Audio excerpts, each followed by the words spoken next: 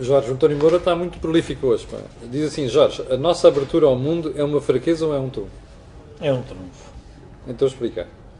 Não, é um trunfo porque a dimensão do país, vamos lá ver, para nós termos produtividades elevadas e para sermos um país rico, teríamos que ter um aparelho produtivo de tal forma excepcional que provavelmente não seria possível. Portanto, nós fomos sempre uma sociedade que crescemos sempre com o mundo e a nossa posição geoestratégica, se assim quisermos, é sempre voltada para o mundo e, portanto, aliás, nós estamos agora a sofrer pela primeira vez, no fundo, a viragem de Portugal para a Europa, e essa viragem de Portugal para a Europa significou, de alguma forma, uma mudança radical em toda a nossa estrutura, se quisermos, de empresarial e de sociedade, porque nós vivemos num império colonial, que no fundo alimentou a nossa economia, ajudou-nos a crescer, e agora estamos a voltar para uma Europa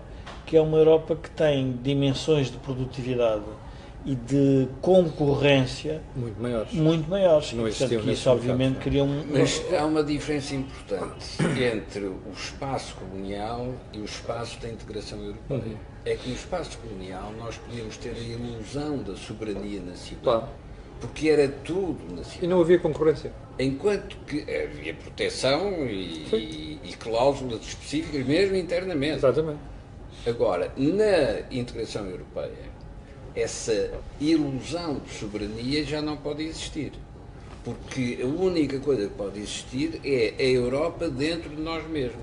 Joaquim, o Daniel dos Santos pergunta assim, aqui a questão será, se Mário Centeno irá defender os interesses do país do Sul, terá força política? E outra questão é, quem é que poderá substituí-lo aqui internamente? Ora bom, isso é uma ingenuidade acima de tudo. Eu também acho, mas... Para essa pergunta, duas respostas. A primeira é que o mundo é redondo, não tem norte nem sul. Nós é que inventamos o norte e o sul. Na Europa integrada não vai haver norte e sul. Há problemas em cada uma das regiões que têm de ser resolvidos. Não se fala, por exemplo, nos Estados Unidos entre norte e sul. Fala-se em costa e interior, as duas costas. Fala-se mais na costa leste e na costa oeste do que entre o norte e o sul. A verdade é essa. Ora, essa é a primeira parte da resposta. A primeira parte da resposta é que, sendo a Europa como o mundo redonda, os problemas são comuns e as soluções diversificam-se em função das regiões. Segunda parte da resposta. Não é preciso Ministro das Finanças porque o Presidente do Eurogrupo pode continuar a ser Ministro das Finanças. Joaquim, mas segundo o que foi proposto ontem, a ideia será ter um Presidente do Eurogrupo que não seja necessariamente Ministro das Finanças, que eu acho que é a solução ideal. Não é? O que significa que qualquer secretário de Estado pode ser promovido a ministro quando o ministro vai. Portanto, está a dizer que o Mourinho Félix pode chegar a ministro das Finanças. Mas, Camila, a pergunta é uma pergunta paradoxal. Centeno vai para a Europa para resolver os problemas da Europa, não é para resolver os problemas de Portugal. Portanto, a única coisa que a Europa pode utilizar, Mário Centeno ou um outro qualquer, ou por exemplo o próprio Ministro das Finanças espanhol, é porque faz uma aproximação, se quisermos, eu diria quase que emocional, em relação aos problemas, porque o que a Europa precisa de resolver é o seu problema como um todo. E quando nós estamos a falar na Europa, estamos a falar no Eurogrupo, que é a Europa do euro. Sim. Portanto, não estamos a falar na União Europeia. Portanto, essa é uma limitação. Tenho mais duas perguntas. Uma do António Moura, que pergunta...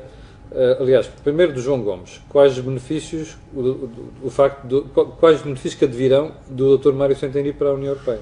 Benefícios para Portugal? Sim. Os mesmos benefícios que poderiam ser obtidos com qualquer outro que fosse para Presidente do Eurogrupo nestas novas circunstâncias. Muito bem. Só o Caifa Quaresma diz assim, mas as cabeças pensantes da União Europeia dos mercados não veem que o investimento público em 2016 que foi cortado, que a paridade do euro e o US dólar tem estado aceitável, que o turismo está a bombar, que o petróleo está a preços aceitáveis, que estamos a beneficiar do crescimento da União Europeia, sobretudo Espanha, e que o BCE tem sido muito simpático connosco, ou seja, ele está a dar razão quando diz que é tudo periclitante. Tudo periclitante. E, portanto, mas vamos lá ver, mas sendo periclitante, as notícias quando são boas, não as podemos negar por isso. O que poderia ser interessante também nós percebermos é qual é a resposta que a Europa vai dar a este potencial afastamento dos Estados Unidos em relação à própria Europa. Isso pode levar a uma consolidação das instituições europeias, que elas próprias começam a pensar que afinal tem que ser realmente um bloco que tenha alguma união, porque o que os povos do Sul estão a reclamar, e com alguma razão, é a disparidade que existe, ou que foi sendo criada ao longo do tempo, entre rendimentos dos países do centro e os países do Sul. Mas isso não tem a ver com o modelo de desenvolvimento da Europa, isso tem a ver com os sistemas políticos do Sul, em que estiveram sempre a privilegiar um conjunto de investimentos de natureza pública e de natureza social que não levou ao crescimento da própria economia. E temos que nos lembrar de um outro aspecto que é importante, e há pouco o Joaquim falou na ideia de Passos Coelho e António Costa. Não sei se nós já nos esquecemos que Passos Coelho quis fazer exatamente a mesma coisa, que era pôr o déficit a níveis aceitáveis, mas teve objeções constitucionais. Porquê é que este governo não tem objeções constitucionais? Porque a receita está a crescer.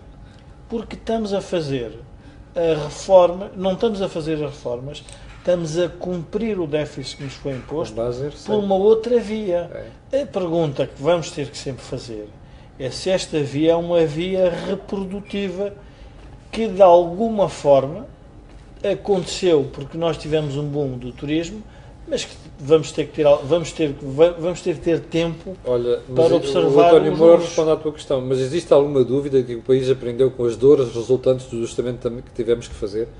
António, não estou convencido, mas se o Jorge ou o Joaquim acharem que sim, eu rendo-me. Não, vamos lá ver uma coisa. Não só. Eu aprendi. Só não quisemos aprender, como a solução que foi adotada é aquela que não obriga a aprender. Porque os exercícios estão Troque lá isso por minutos, meu Joaquim, troque lá isso por minutos. Os exercícios do caderno de exercícios estão a ser feitos para dar com a solução sem sabermos quais são os passos para chegar a essa solução. Porque esses passos são escondidos. Chama-se isso cativações. Carmen de Santos diz assim: a dívida subiu. Vamos ver se o Marcelo comenta ainda hoje.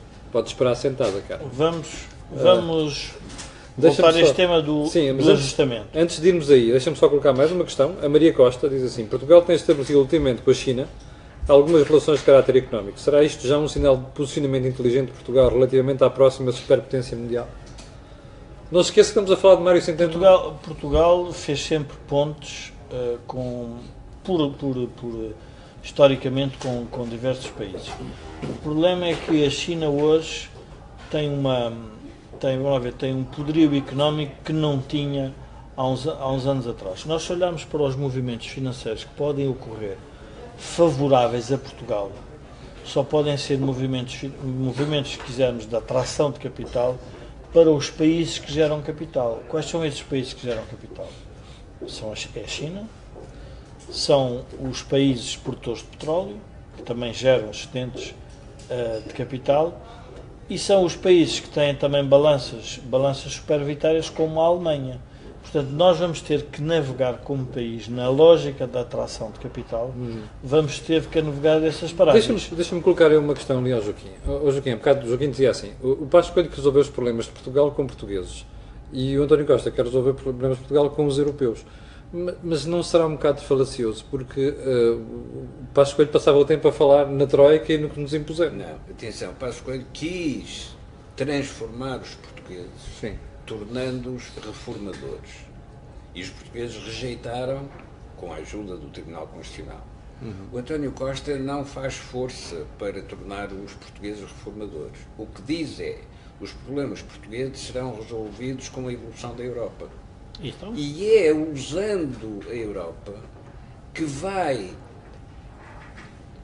criar os factos consumados em Portugal que vão reformar Portugal, mas sem fazer isso diretamente. E por isso é que pode ter a participação do Partido Comunista e do Bloco de Esquerda, pelo menos até o momento em que eles descobrirem que estão eles próprios a converter-se a todas as instruções que vêm da Europa. Bom, nós, diz Jorge, eu ia só referir um aspecto que pode ser relevante, que é: podemos ter uma configuração europeia que vai permitir que os países do Sul sejam de alguma forma menos vigiados, menos escrutinados.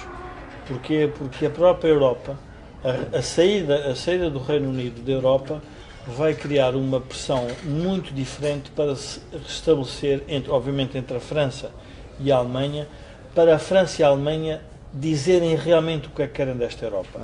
E por isso qualquer foco de desestabilização que se dê no espaço europeu pode ser mal interpretado. Isso vai beneficiar, no fundo, como dizia o Joaquim, os governos que vão andando, vão atrás do fundo dos ventos, mas não vão reformando a nossa maneira de viver, a nossa maneira de nos comportar em sociedade. Nós chegamos ao fim do tempo de hoje.